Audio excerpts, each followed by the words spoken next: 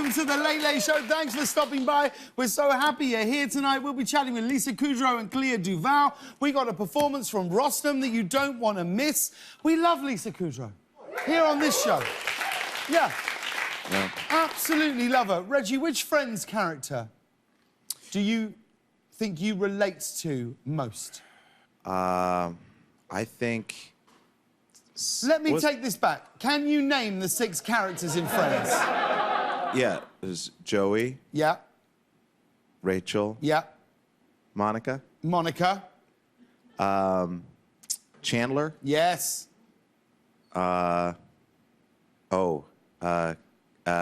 Rossi. Ross. Ross. Phoebe. Yeah! That's it! Yeah. Listen like Phoebes. So which of those characters do you relate to the most? Oh, now I have to know what they're like. I guess... I actually think you're most like Phoebe. I'm like either In like your core. Phoebe or yeah, Phoebe. Yeah, you're a mix of Phoebe and Joey. Yeah, and Joey, yeah, a little bit. You're Fee. You're Fee. Fee. Fee. Yeah. You're a mix of Phoebe and Joey. I think that's about where you are. Yeah. Yeah. Definitely. What are you? You're kind of a Chandler. I think I'm a Chandler. Yeah, I think you're a Chandler. I think I'm a Chandler, Rachel Borders. Do you know what I mean? Chandler, Rachel Rising. Yes, that's exactly right. I was born on the cusp of Chandler and Rachel. I'm Chandler, Rachel Rising. I think that's right. I think that's right. I tell you who you are. The maintenance guy. Isn't he? You actually do look a bit like him. What's he called? What's he called, Dave? I forget his name. Mr. Trigger. We got a picture of Mr. Trigger. Stand by. There you go. No, I mean, that's who I think, yeah. I think that's about right, yeah. But if there's one thing you can count on, it's that I'll be there for you. Yeah. When it comes to the news. What's happened now? What's happened here? Got a bit lazy with this, Steve, if I'm honest. Yeah. It's not gone unnoticed on the YouTube comments. Oh, really? Oh, really? There's a lot of outrage. Read the YouTube comments. Read the YouTube comments. They're like, and what's amazing is you get off scot-free. They go, what's happened to Steve's news? It's the big bosses have told him not to do it. And I'm like... That's the way it should be. And I'm like, it's not. It's just lethargy on Steve's part to just be like, dun, dun, dun, dun.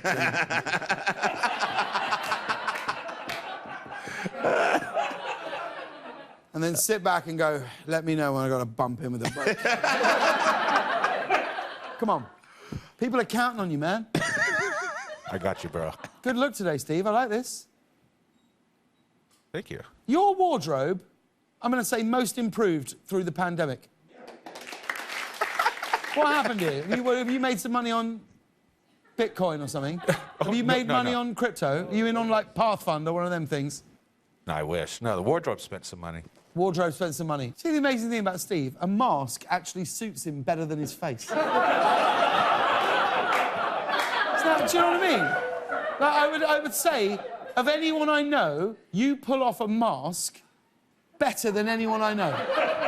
Great. Like I do. Like, Cece looks like sort of like Hannibal Lecter or something. Like, you look like so kind and caring. Yeah. It's because of the mask. Like a doctor. Because of the mask is hiding my darkness. It is. Look, take the mask off a minute. Mask of darkness. Do you see what I mean, though? Kinder man with the mask on. Kinder eyes. I don't want you to take that as a negative. I see it as a positive. So I think these will be around for a while. I think so, too. Yeah. All right. Well, let's roll back. Well, if there's one thing you can count on, it's that I'll be there for you. Because of Friends. It's the theme tune from Friends. When it comes to the news.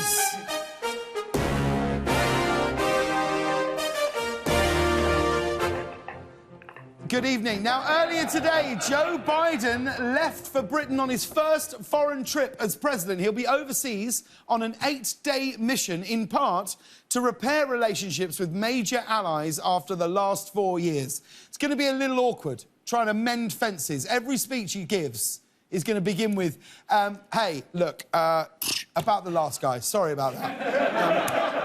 I don't know how Biden plans to repair the relationships, but I bet it involves a 6-pack of cold ones and sitting backwards on a chair like a cool middle school teacher. What's going on? We can figure this out. But President Biden, if you're watching this, and I know that you are, I have a very urgent message for you. Whilst you're in the United Kingdom, you've got to try Percy Pigs while you're there. You have to try Percy Pigs. I'm not wrong, am I, gang? Like, the people that have been to London on this, British candy is so much better than American candy, and Percy Pigs are the pinnacle of that. Is there a single American candy that you would put up against a British candy in a fight? Yes. Reese's Pieces. Do not say Reese's Pieces. You gotta put Reese's Pieces. Do not say Reese's Pieces. Reese's Pieces. Do not say Reese's Pieces. Reese's Peanut Butter Cups. Do not say Reese's Peanut Butter Cups. Reese's Pieces. Do not say Reese's Pieces. Would you really add them in against, like, a Malteser? You're the only one I'd add in, peanut M&M. Peanut M&M's. I'll tell you the thing about a peanut M&M, it tastes the same all around the world. Sure. It's the only candy that's exactly the same all around the world, a peanut M&M. Here's what we do in America. We're out there exploring. We make insane choices, but we are testing things. There's 60 different M&Ms. Yes. There's like M&Ms with toothpaste in them just because, like, maybe. Why not? Maybe. Yeah, could be good, yeah. So we're like exploring. It's the pioneer spirit. We're always searching for more. We're like jamming stuff into stuff. We're trying to see, like, if this will work with that. Double stuff.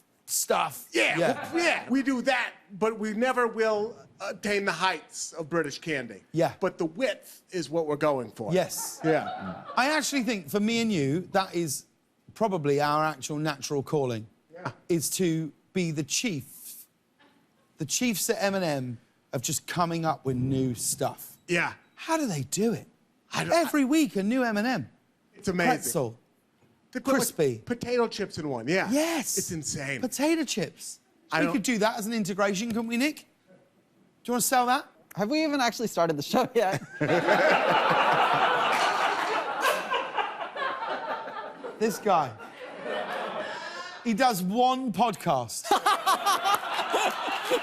Comes out on One Sunday. podcast, and he's like, has this even started yet?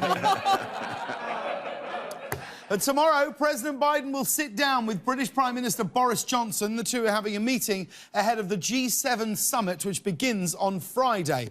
You already know Biden's going to give Boris Johnson some nickname, isn't he? He'll walk in, there he is, Fish and Chip Johnson, MAGA. But Biden and Johnson will have an extensive meeting, and of course, any disputes they might have will be settled the traditional way with a bake-off. That's what we do. And did anyone hear about this? The TSA is anticipating staffing shortages at some of America's largest airports over the summer. So in response, they're asking their office workers to help manage the security lines. I feel like this isn't something I'd want to publicise.